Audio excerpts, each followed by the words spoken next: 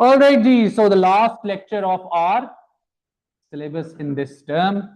इसके बाद main game शुरू होगी। ये आप तो जारी बात है, अभी आप सिलेबस सारा पढ़ लें तो आपका ई आ जाएगा नहीं।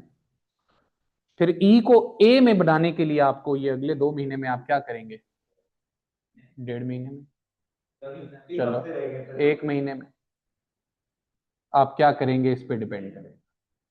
ठीक है, हेडिंग अच्छा जी, कल yesterday we looked into tariff, right? Tariff कर लिया था कल हमने। आ जाए जी आगे। टैरिफ के अंदर एक और चीज उसी के अंदर, can you please close the door, thank you. Export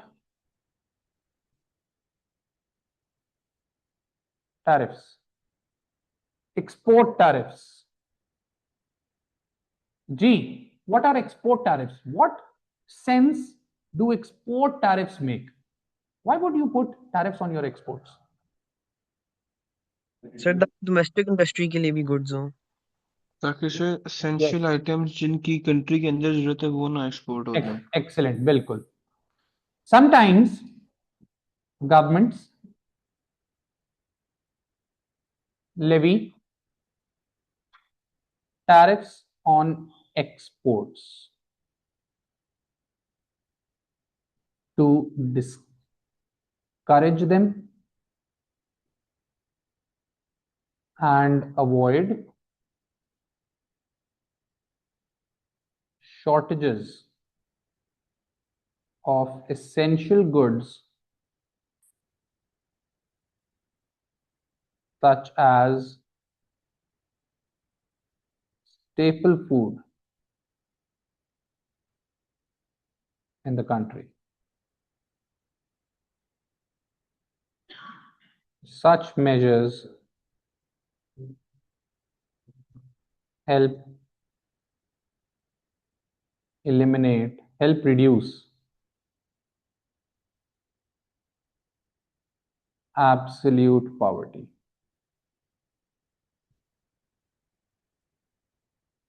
The government can also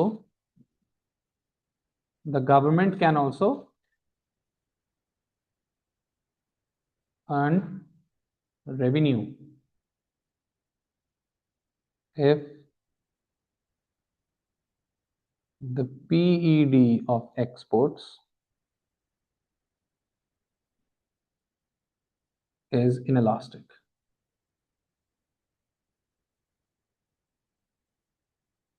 Which does not affect demand of exports. बात समझ आई? रॉ मटेरियल्स हैं, बेसिक रॉ मटेरियल्स आप कहते हैं जो बाहर बेचेगा उसके लिए भी हम लगा रहे हैं, क्योंकि उसकी डिमांड को तो फर्क पड़ना नहीं है, लोगों ने फिर भी उसको खरीदते रहना है। A2 वाले नोट्स आपने मांगे, भेज दिए, ग्रुप में भेज दिए जी, इसको भेजिए, इससे ले लेना। चलें जी, डू वी अंडरस्टैंड दिस? ये बात समझ आई? तो कभी कभार टैरिफ्स एक्सपोर्ट्स पे भी लग सकते हैं, हम नहीं लगाते क्योंकि हमारी बैलेंस ऑफ पेमेंट वैसे ही इतनी खराब है और हमें आउट ऑफ डेस्परेशन हमें वैसे ही चाहिए, हमारे पास फॉरेन करेंसी रिजर्व्स भी कम है, लेकिन कंट्रीज कुछ करती हैं जो बहुत ज्यादा इनलास्टिक चीजें बेच रही हैं, ऑयल शॉयल बेच रही हैं, वो कहती हैं एक्सपोर्ट पे भी लगा दो, गवर्नमेंट भी पैसे कमाएगी और एसेंशियल गुड्स पे भी लग सकता है टैरिफ। ये चला भी जाए बाहर तो इतना मसला नहीं है, लेकिन डिस्करेज हो जाए लोग ना बेचें बाहर। Do we understand this? Sir Pakistan में पाकिस्तान की वीट पे टैरिफ नहीं है, वीट पे VER है, वो क्या है देखते हैं अभी। Number 2, what is number 2? Kota's. पहला था टैरिफ, दूसरा है Kota's. A restriction on the physical quantity of goods and services that can be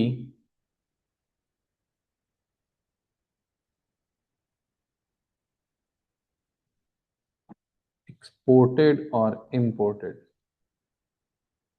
in a country. Quotas restrict supply and increase the price of the product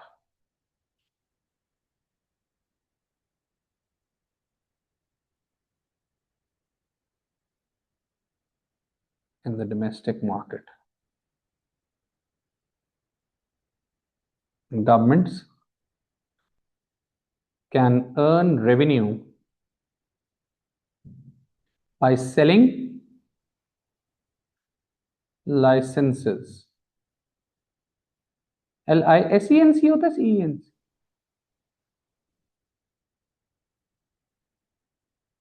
नहीं, ये नहीं spelling. Licence के क्या spelling होते हैं? SC होता है या खाली C होता है? लाइसेंसेस। ये ठीक है स्पेलिंग। ठीक है, लग नहीं रहे ठीक। चलें, governments can earn revenue by selling licences of quotas. अच्छा जी, बात को समझें। कोटा क्या होता है? फिजिकल रिस्ट्रिक्शन होती है, जैसे वो कह दें कि 10,000 cars can be imported in a given period. Physical quantity पे लग गई, ठीक है। CI के ऊपर लग सकती है कि 2,000 से ज्यादा बच्चे कैम्ब्रिज में एक साल के अंदर एक टर्म में अपेयर नहीं हो सकते। इंपोर्ट हो रहा है ना, ये भी समझ रहे हैं। 10,000 कार से ज्यादा एक ईयर में, in a given period of time, let's suppose a year, से ज्यादा पाकिस्तान में एंटर नहीं कर सकती, इंपोर्ट नहीं की जा सकती। Do we get it? बात समझ आई? तो कोटा क्वांटिटी को रिस्ट्रिक्ट कर रहा है इंपोर्ट की। तो जब क्वांटिटी रिस्ट्रिक्ट होगी, ऑटोमेटिकली प्राइस लेवल्स बढ़ जाएंगे और क्वांटिटी फिक्स होगी। एक बड़ी कंफ्यूजन है MCQs के लिए खास तौर पे, जब वो कहेगा कोटा इज इंक्रीज्ड, इस बात का क्या मतलब है? कोटा इज इंक्रीज्ड, इंपोर्ट ज्यादा हो जाएगी, कम हो जाएगी? इंपोर्ट ज्यादा हो जाएगी। ये कंफ्यूजन है, हर बंदा ये सोचता है कि इंपोर्ट कम हो जाएगी। कोटा इंक्रीज हो गया मतलब पहले 10,000 limit cars were allowed, now 12,000 cars are allowed. ठीक है, तो ये कंफ्यूज नहीं होना, ये एक MCQ है, उसमें हर बच्चा ये गलत करता है। कोटा इंक्रीज होने का मतलब है कि इंपोर्ट्स अब बढ़ जाएंगी, क्योंकि पहले 10,000 गाड़ियां अलाउड थी, अब 12,000 कार्स अलाउड है। Not in the syllabus, not required, लेकिन वैसे ये मैं डोमेस्टिक चीज गुड्स पे भी कोटा, डोमेस्टिक प्रोडक्शन पे भी किसी चीज की क्वांटिटी पे अगर कोटा लगता है तो उसका ये हाल होता है। क्या हाल होता है? प्राइस डिमांड, ये सप्लाई आ गई, ये मार्केट इक्विलिब्रियम प्राइस थी, क्वांटिटी थी, ये आ गई आपकी market equilibrium price. Now let suppose लग गया कोटा।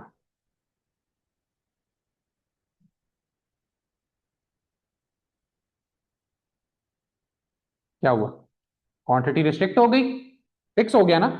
जब क्वांटिटी फिक्स हो जाएगी, सप्लाई परफेक्टली इनलास्टिक हो जाएगी, प्राइस इंक्रीज हो जाएगी और क्वांटिटी ट्रेडेड भी कम हो जाएगी।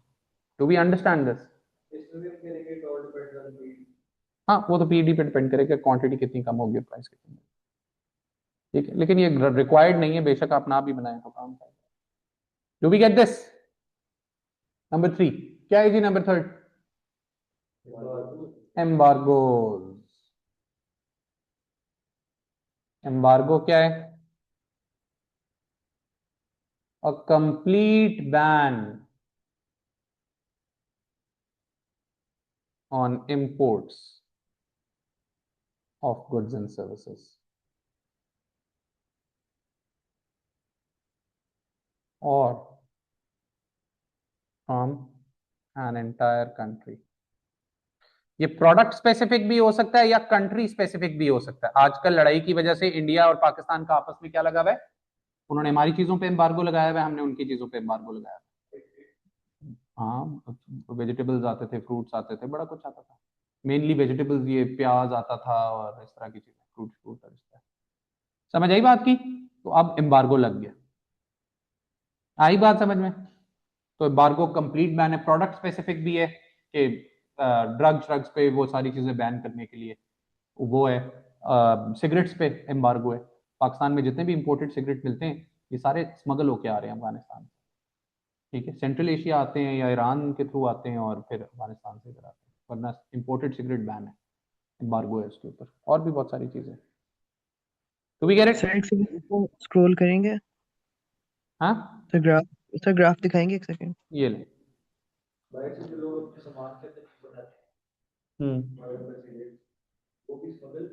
एक दो ले ला सकते हैं, वरना तो वो नहीं लेके जाने देते आपको, ज्यादा नहीं लेके, क्वांटिटी में। अपनी सेल्फ कंजम्पशन के लिए कोई बाहर से आ रहा है तो वो ले ला सकता है। अच्छा जी, what else? Export subsidy, export subsidies. अच्छा, बात को समझे। नॉट ओनली रिस्ट्रिक्टिंग इंपोर्ट्स, बल्कि promoting your own exports and giving your exporters undue advantage over foreign competition is also considered as protectionism. देखें, आप अपने एक्सपोर्टर को सब्सिडी दे रहे हैं, कौन करता है सबसे ज्यादा? चाइना बहुत ज्यादा करता है कि अपने एक्सपोर्टर को सब्सिडी दे रहा है, तो उसको कंपैरेटिव एडवांटेज उसका बिल्ड हो गया। हम भी 200 की बना रहे थे, वो भी 200 की बना रहा था, उसको 100 रुपए सब्सिडी मिल गई, उसकी प्राइस हो सकता है 100 पे आ जाए, 80 पे आ जाए,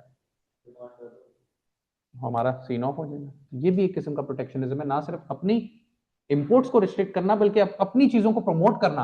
अनड्यू एडवांटेज दे रहे हैं आप उसको ओवर अदर्स।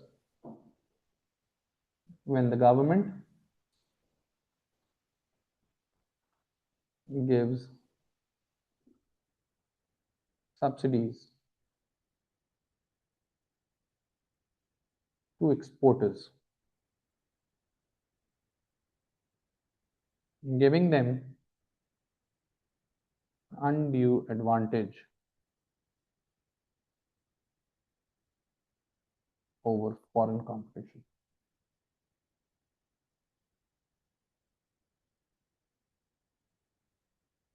सिंपल है, कुछ इसमें लिखने का सच नहीं, इलास्टिसिटी पे डिपेंड करेगा और वही सारी बातें आएंगे। मेनली टैरिफ का आता है, उसका मेन ग्राफ है, बाकी ये सब दो दो लाइनें। हाँ जी, अगला क्या है? Exchange controls. हाँ, आपको भी होने चाहिए। एक्सचेंज कंट्रोल्स क्या चीज है भाई? एक्सचेंज कंट्रोल्स वैसे बड़ी इसकी सेल्डम एग्जांपल्स मिलती हैं अब, लेकिन अब क्योंकि आप माशाल्लाह पाकिस्तान में रह रहे हैं तो एग्जांपल ही एग्जांपल है। एक्सचेंज कंट्रोल सिंपल सा ये है कि आप रिस्ट्रिक्शन लगा दें on the amount of foreign currency that can be bought. जब आपने फॉरेन करेंसी पे एक रिस्ट्रिक्शन लगा दी तो आपने ऑटोमेटिकली इंपोर्ट्स को भी रिस्ट्रिक्ट कर लिया, लोग इंपोर्ट नहीं कर सकते। आई बात समझ में? Do we get it? तो इंपोर्ट्स भी रिस्ट्रिक्ट हो गए, तो जाहिर बात है, और उन्होंने रुपीस का चार्ट डाला।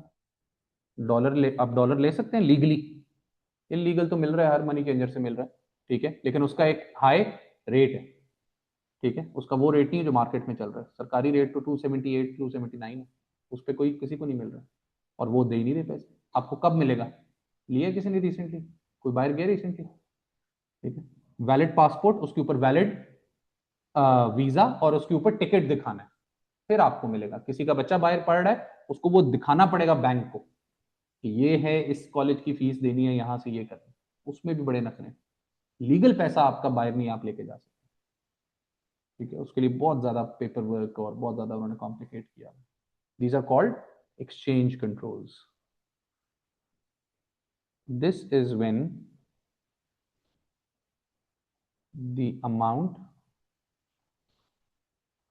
of foreign currency that firms and individuals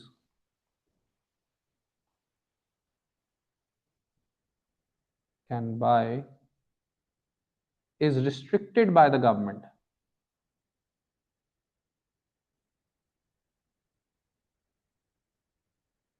This in turn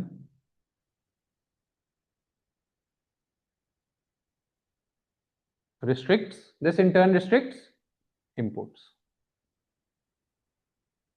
ये बहुत कम मुल्कों में अब किया जाता है, ठीक है, ज्यादातर मुल्क इसको practice in turn restricts imports. फिर आता है जी voluntary export. Sir exchange controls में पैगिंग आती है?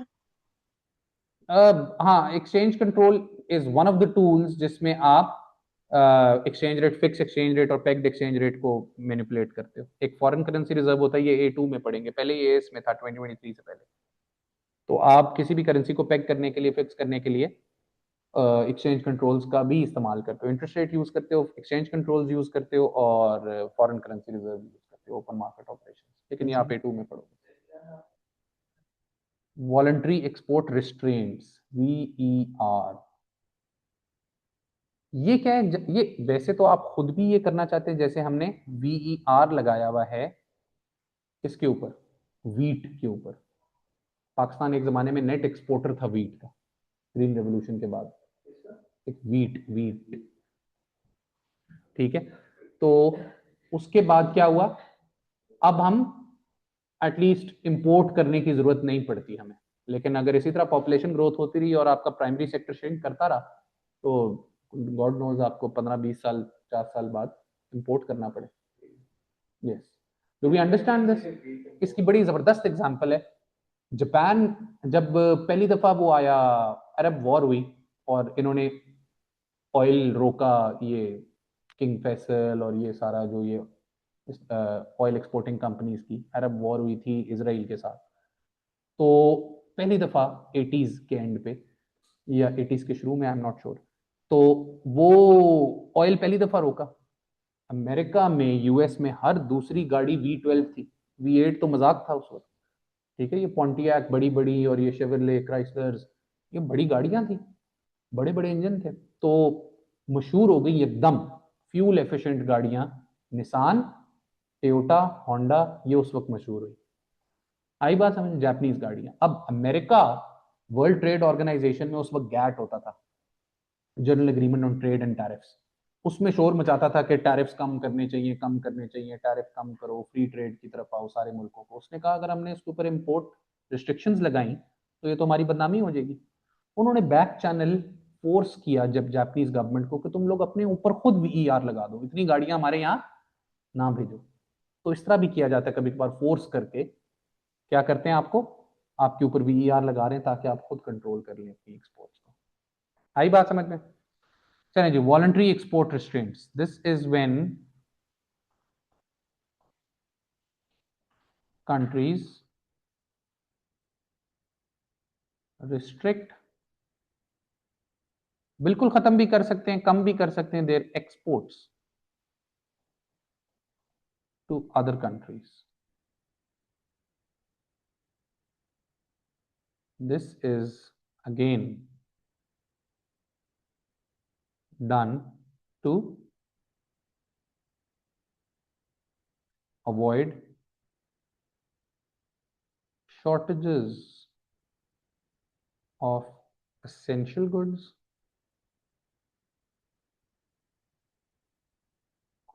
ठीक है। स्ट्रेटेजिकली इंपॉर्टेंट गुड्स के लिए भी होता है ये। वेपन शेपन्स, ये ना हो कि पकड़ा दें अमेरिका, प्राइवेट फर्म्स बना रही हैं सारा वेपन, वो पता चले तालिबान ही खरीद ले, ईरान ही खरीद ले और उन्हीं पे चला दे, तो उसको कंट्रोल किया जाता है। आई बात समझ में? एक्सेट्रा। तो कभी कभार ये प्रेशर के ऊपर भी होती है। What is next? डिवैल्यूएशन कर लें। डिवैल्यूएशन, डिवैल्यूएशन क्या है? ये कौन करता है? चाइना भी कुछ हद तक करता है, लेकिन सबसे ज्यादा जापान करता है। जानबूझ के अपनी एक्सचेंज रेट को फिक्स किया हुआ बहुत नीचे। अब पाकिस्तान की इतनी ज्यादा डिवैल्यूएशन हुई है तो जापानीज येन पाकिस्तान से थोड़ा सा ऊपर निकला है, मेरे ख्याल से 2 रुपए का या 1.5-2 रुपए के दरमियान, ठीक है। वरना हमेशा अभी तक 5 साल पहले तक जापानीज येन पाकिस्तानी करेंसी से भी सस्ता था। Why? So that its products are appear to be cheaper in the for foreign markets. इसलिए तो जापानीज चीजें सस्ती, उन्होंने एक्सचेंज रेट जानबूझ के अपना बहुत ज्यादा कम किया, ठीक है। गवर्नमेंट्स में devalue their currency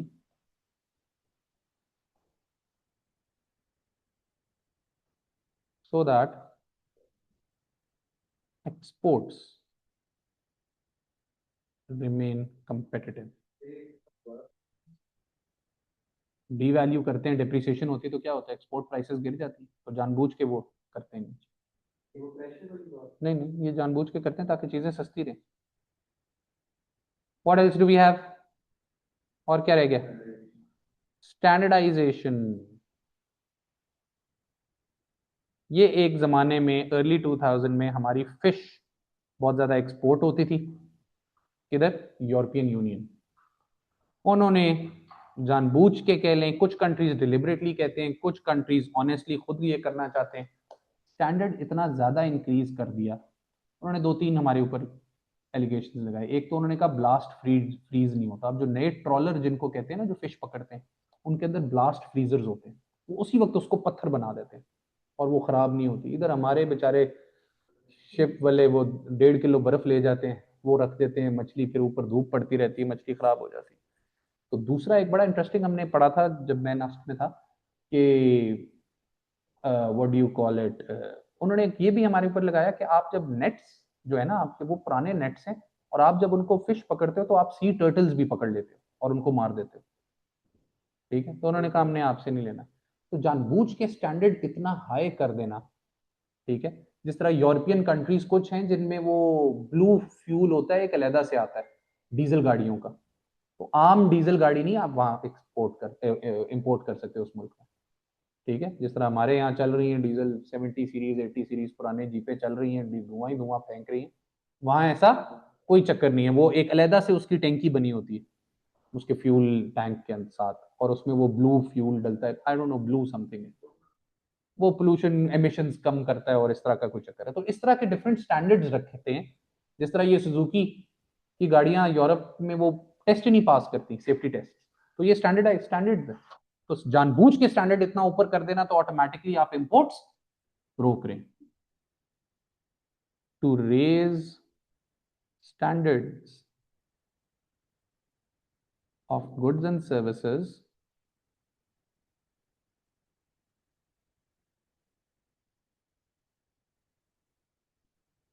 for imports which automatically, तो ये डेवलपिंग कंट्रीज तो वैसे ही फारिग हो जाती हैं, वो स्टैंडर्ड को मीट ही नहीं कर सकती, ऑटोमेटिकली रिस्ट्रिक्ट्स इंपोर्ट्स। बात समझ आई। Number 9, red tapism. Red tape क्या होता है, वो लैदा टेप है, ये लैदा टेप है। रेड टेपिज्म क्या होता है, रेड टेप होता है Bureaucratic Pakistan, hurdles. Yes, Pakistan इसमें एक्सपर्ट है। आप सब कुछ अब ऑनलाइन है, आप पेमेंट करें, ऑनलाइन पेमेंट हो जाएगी, चाइना में सामान भी आ जाएगा। यहां से मसला क्या है, कराची पोर्ट से, पोर्ट कासिम से कंटेनर बाहर निकलना, अगर आपकी सेटिंग नहीं है, आप कोई सिफारिश लगा लें, कुछ कर लें, आपकी BMW की सीटें फाड़ देंगे सारी। ठीक है, गाड़ियां खराब हो जाती हैं, सिर्फ गाड़ियां नहीं और कितनी चीजें, वो सीटें फाड़ देंगे आपकी, बोलेंगे हमें वो स्निफ डॉग ने, वो स्निफर ने, वो हमें शक था कि इसमें कुछ है, डाल भी देंगे। अगर आप ज्यादा तंग करेंगे उनको, वो डाल भी देंगे अंदर और आप जेल भी चले जाएंगे, समझ रहे हैं। तो ये जानबूझ के एक्सेसिव पेपर वर्क, इससे एनओसी ले आए, उससे एनओसी ले आए, आपका FIA छोड़ेगा तो कस्टम ड्यूटी छोड़ेगा तो पोर्ट अथॉरिटी छोड़ेगा तो कोई और पकड़ लेगा। हाँ, ठीक है, तो ये चक्कर है। तो जानबूझ के ये किया जाता है कभी कभार कुछ कंट्रीज में, ताकि इंपोर्ट करना कोई हाथ ही न डाले इंपोर्ट पे, वरना तो इंपोर्ट हर ऐसा सिस्टम होना चाहिए कि जो जिसका दिल चाहे इंपोर्ट करे, सारी पेमेंट्स ऑनलाइन है। ये इस तरह भी होता है, वो सब अंदर पता नहीं क्या क्या चल रहा है।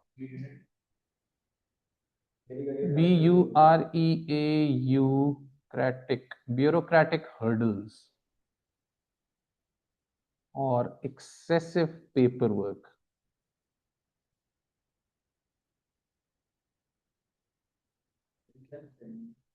BUREAU, bureau, or excessive paperwork that restricts or and discourages, restricts slash discourages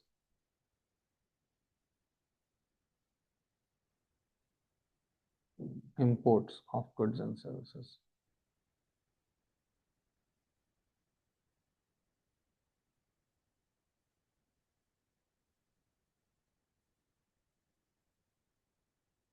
हाँ जी, क्या ख्याल है? अच्छा ख्याल है, बुरा ख्याल है? स्पीड मार दें?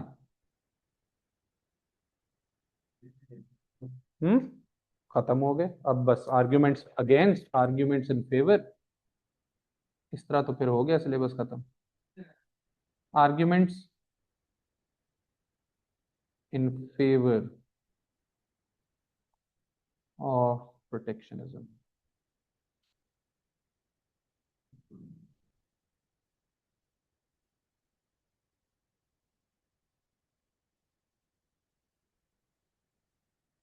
Number one,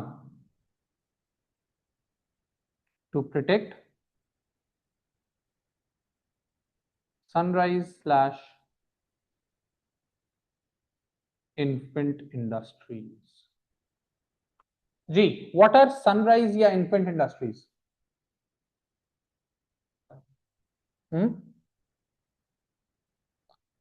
sunrise Sir, infant, new firm. ये न्यूली स्टैब्लिश्ड इंडस्ट्रीज हैं, फर्म्स हैं जिनका कंपैरेटिव एडवांटेज अभी बिल्ड नहीं हुआ, वो अभी डेवलप हो रही हैं और वो कंपीट नहीं कर पाएंगी बाकी दुनिया से। तो हम ये आर्ग्यूमेंट देते हैं कि हम इन्फेंट, ठीक है, बच्चा, इन्फेंट बच्चे को कहते हैं ना, तो ये भी छोटी इंडस्ट्रीज हैं, ये भी कंपैरेटिव एडवांटेज नहीं बिल्ड हुआ और ये कंपीट नहीं कर पाएंगी ग्लोबली, तो हम कहते हैं हम इनको थोड़ी अरसे के लिए प्रोटेक्ट कर रहे हैं। समझ आई? एक दफा इनका कंपैरेटिव एडवांटेज बिल्ड हो जाए, फिर हम बाहर से दोबारा ट्रेड खोल देंगे, कंपटीशन होगा, हेल्दी कंपटीशन होगा, ये भी ग्रो करेंगी, वो भी ग्रो करेंगे। समझ आई बात की? हमने अपनी कार इंडस्ट्री को 15 20 25 साल इन्फेंट इंडस्ट्री का स्टेटस दिया हुआ था कि हम उसको प्रोटेक्ट कर रहे हैं, अभी भी एक सॉर्ट ऑफ हम उसको प्रोटेक्ट ही कर रहे हैं। आई बात समझ में? ये जो टैरिफ है, लिखने की जरूरत तो नहीं है ना, कर लेंगे हैंडल। सर जब हमने कोई गाड़ी बनाई नहीं है तो कार इंडस्ट्री कहाँ से आ गई?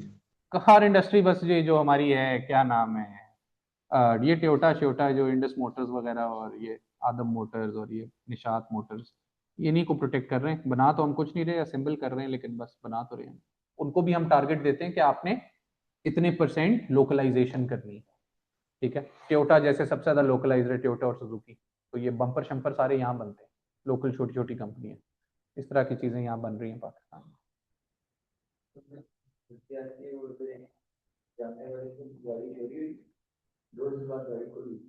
इसी तरह होता है, इसी तरह होता है, इसी तरह होता है। To protect sunrise infant industries, to protect क्या? डिक्लाइनिंग या सन सेट इंडस्ट्रीज।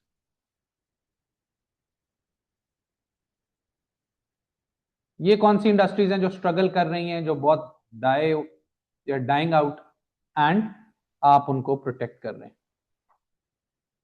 टू प्रिवेंट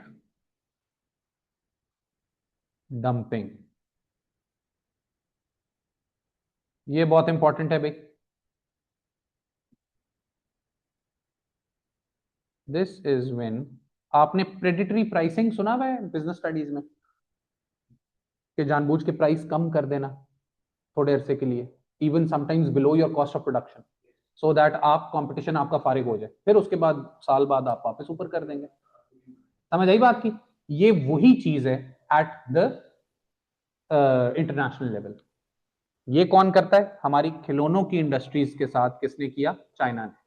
हमारी ये शेखुपुरा बेल्ट पे ना, गुजरांवाला शेखुपुरा, खिलौने होते थे प्लास्टिक के, बड़े अच्छे खिलौने होते थे, ट्रक होते थे और प्लास्टिक, सारी इस तरह की फजूल छोटी मोटी चीजें, ठीक है। ये नहीं होते ये लड़कियों के कैचर और ये एनके और ये प्लास्टिक की जितनी फजूल चीजें, ठीक है। और खिलौना पूरा, हम जो 200 का बना रहे थे, चाइना ने क्या किया? 50 का बना दिया। समझ आई? कोई एक खिलौना आप मुझे बता दें, आप मेड इन पाकिस्तान, सब कहाँ का होता है? सब मेड इन चाइना। तो तबाह कर दिए उसने, और ये सारी डंपिंग की है उसने, ठीक है, बहुत लार्ज स्केल पे, ठीक है। This is when firms from other countries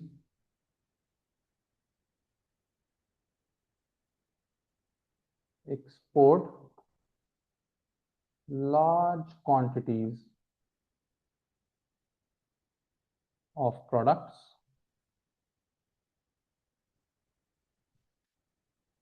at prices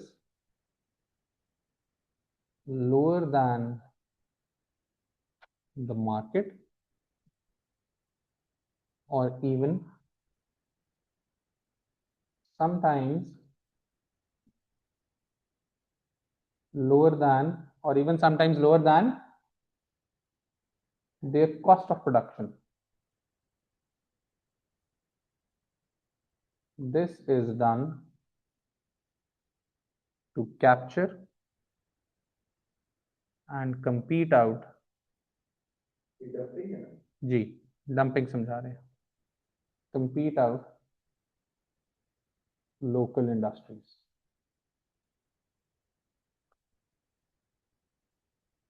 Prices can then be raised. Prices can then be raised once the market is captured.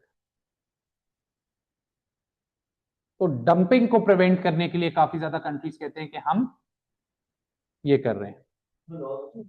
थोड़ा सा लॉस होके बर्दाश्त कर लिया, एक दफा मार्केट कैप्चर होगी फिर अपना सीन ऑन. नेक्स्ट. सर चाइना ने तो डेफिनेशन जी बोलें अब्दुलरहमान, आप बोलें पहले. चाइना ने तो पूरी वर्ल्ड इकोनॉमी के साथ डंपिंग की है. हाँ लेकिन इसीलिए फिर रिस्ट्रिक्शंस भी लगती है ना. देखें हर कंट्री जो है ना वो जो WTO का मेंबर है, वर्ल्ड ट्रेड ऑर्गेनाइजेशन का मेंबर है, अभी दोहा राउंड चल रहा था उसका, ठीक है, थोड़ा सा पहले. तो आप इस तरह मुंह उठा के नहीं आप उस पर लगा सकते टैरिफ्स, ठीक है. अब ट्रंप ने तो खैर गेम ही चेंज कर दी, तो आपको जस्टिफाई करना पड़ता है कि आप क्यों टैरिफ्स लगा रहे हो दूसरी कंट्री के, otherwise other country will also retaliate. So you have to give some certain justifications as to why you are doing that. Internationally, World Trade Organization के जो members हैं, हम उसके founding member हैं, ठीक है. आई बात समझ में? तो ये सीन है. To protect, सर ये डंपिंग की डेफिनेशन के अंदर एक्सपोर्ट आना है या इंपोर्ट आएगा? export मैंने सेकंड इसलिए लिखा लाइन है की from other country. वो import रही है हमारी कंट्री में, लेकिन firms okay from other country लिखा है ना, ओके सर. हम import कर रहे हैं. समझ गए? To protect unemployment in a particular industry. फिर हम ये कहते हैं कि हम unemployment in a particular industry, कि हम इस इंडस्ट्री में बहुत ज्यादा अनएम्प्लॉयमेंट हो रही है, हम उसको प्रोटेक्ट कर रहे हैं. To correct current account deficits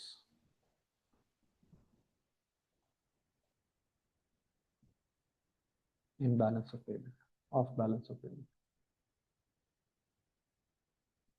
तो बहुत बड़ा करंट अकाउंट डेफिसिट है तो हम कहते हैं हम उसको ठीक कर रहे हैं.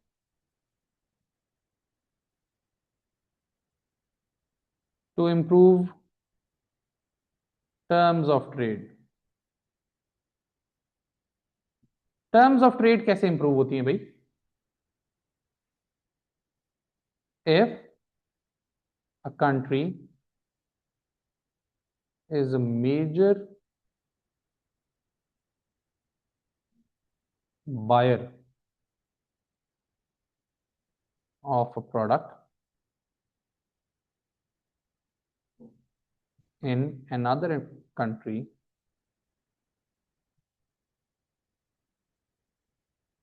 it can restrict its imports. It can restrict its imports to influence prices as demand from a major buyer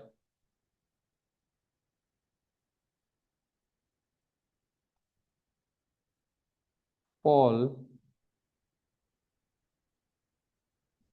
prices go down, improving terms of trade of the importing country. ये बात समझ आई है आप लोगों को? जब आप मेजर बायर हैं एक कंट्री से, सारा 80% सामान आप उससे वो आप खरीद रहे हैं, तो आप क्या करते हैं? रिस्ट्रिक्ट कर देते हैं। अब 80% बायर ही नहीं खरीद रहा आपसे, तो आपकी प्राइसेस ऑटोमेटिकली नीचे आना शुरू हो जाती है, डिमांड नीचे आ जाती है, तो उस कंट्री की जो मंगवा रही है उसकी टर्म्स ऑफ ट्रेड बेहतर हो जाती है। To correct current account deficits, to protect unemployment, dumping हो गया, सनसेट सनराइज। हाँ, एक दो और लिख लें। To protect strategically important industries. You don't want to rely sometimes on other countries for, let's suppose, staple food or weapons. हुआ है ना अब यूएई के साथ, खुद तो कुछ बनाते नहीं है, सब कुछ बाहर से लेते हैं। ठीक है, अमेरिका बंद कर दे अगर इस टाइम पे उनके वेपन्स की सप्लाई, तो बैठे रहेंगे देखते रहेंगे शक्लें। समझ आई बात की? इसीलिए स्ट्रेटेजिकली इंपॉर्टेंट इंडस्ट्रीज हैं, कंट्रीज कहते हैं हम खुद बनाएंगे ताकि हम किसी पे रिलाई ना करें। ठीक है, पता चले हम अमेरिका से जिस तरह हम लेते थे चीजें, वो हमारा बंद कर दे, हमें दे ही ना, तो हमारा सारा जंग ही रुक जाए। इस तरह भी तो हो सकता है। Do we understand this? And lastly जहां पे जस्टिफाइड है, to prevent import of demerit harmful goods. Demerit goods के ऊपर जस्टिफाइड है, सिगरेट है, अल्कोहल है, आप कहते हैं हम नहीं करते, तो जितना मर्जी आपने टैरिफ लगाने लगाए, कोई टेंशन नहीं। क्या ख्याल है? अच्छा ख्याल है, तो फिर आखिरी हेडिंग दे दें हमारे पूरे सिलेबस की। खत्म खत्म खत्म, आखिरी हेडिंग पूरे सिलेबस की। आर्ग्यूमेंट्स,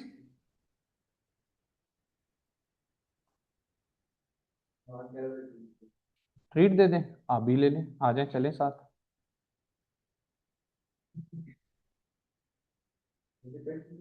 तब देंगे जब ए स्टार आएगा एएस में। एएस में सबका, तुम सबका ए स्टार आएगा तो शुक्र है, ये पता है कि एएस में स्टार नहीं होता। अच्छा जी, जो जल्दी जल्दी बोलो भाई, जल्दी जल्दी बोलो, 5-6 पॉइंट अपारे करो बस। Cost of production increases, sir complacency हो जाएगी। Dependency of domestic firms on government. हर वक्त गवर्नमेंट को देखेंगे, कंपैरेटिव एडवांटेज, स्पेशलाइजेशन नहीं होने दे रहे आप। कल से प्रैक्टिस करेंगे और क्या करेंगे, आपने केस स्टडी स्टार्ट करेंगे। Specialisation,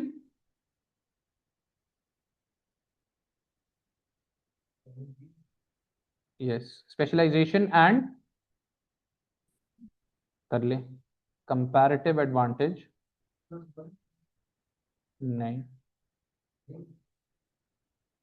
specialisation and comparative advantage sir cost push inflation लिख सकते हैं। वो लिखा है हमने, आप उसी के आगे लिख सकते हैं।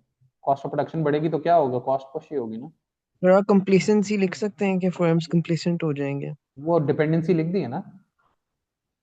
ठीक है। Specialisation and comparative advantage may not develop. Number 4, retaliation. आप अकेले ही अक्लमंद थोड़ी हैं, आप लगाएंगे। चाइना ने क्या किया फिर, यूएस ने लगाया, ट्रंप ने टैरिफ अभी रिसेंटली, तो वो शक्ल तो नहीं देखते रहे, उन्होंने उस पर लगा दिया, कनाडा ने लगा दिया, कनाडा ने भी उनकी चीजों पे लगा दिया। ठीक है, तो रिटेलिएट करेंगे, आपकी एक्सपोर्ट्स गिरेंगी फिर। Retaliation by trading partners,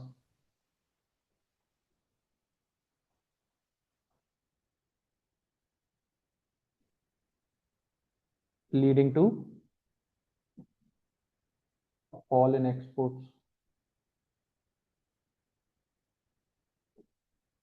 What else?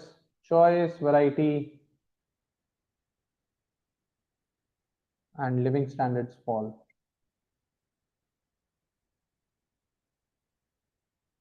ले जी, आखिरी अल्फाज सिलेबस के लिख रहे हैं हम लोग। पूरा सिलेबस कंप्लीट हो गया और एक लफ्ज भी मिस नहीं हुआ दरमियान से, और सारा कुछ यूट्यूब पे अपलोडेड भी है। प्लेलिस्ट्स को देखें, और हाँ, फ्री की प्रमोशन। और अभी इसके बाद अपलोड करूंगा, लाइव सेशंस भी करूंगा यूट्यूब सर लाइव। आपके YouTube चैनल के ऊपर एड्स बहुत ज्यादा आते हैं, ये क्या सीन है? ना करो यार, एड्स आते हैं मुझे तो नहीं, मोनेटाइज होने के करीब है। वॉच आवर्स हो गए हैं 3500 के आसपास पहुंच, 4000 बड़े पैसे, $10 आते हैं। जिनके पता नहीं कितने 1000 व्यूज होते हैं, उनको $30-40 आते हैं। उससे नहीं पैसे कमा सकता बंदा। Choice, variety and living standards fall. चलें, आखिरी मुझे बुला ही दिए, पॉइंट ही बुला दिए। नहीं देखूंगा,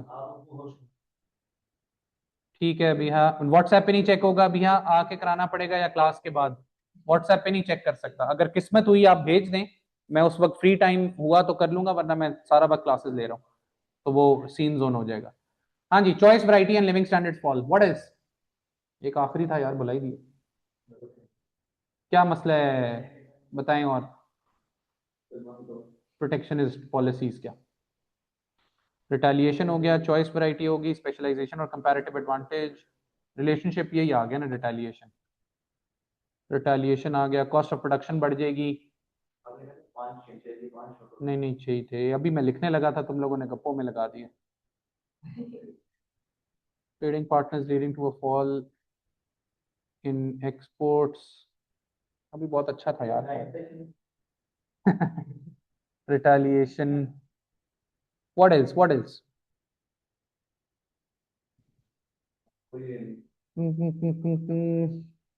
बताओ भाई, आप लोग भी बताओ कुछ। और क्या होता है प्रोटेक्शनिज्म करने से?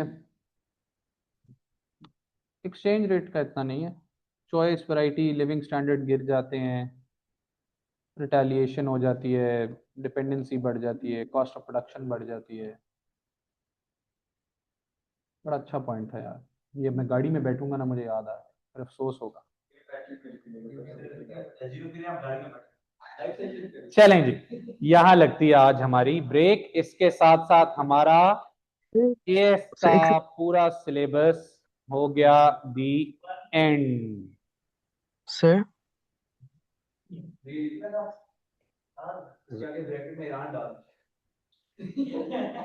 चलें जी। सर एक सेकंड, स्टैंडर्डाइजेशन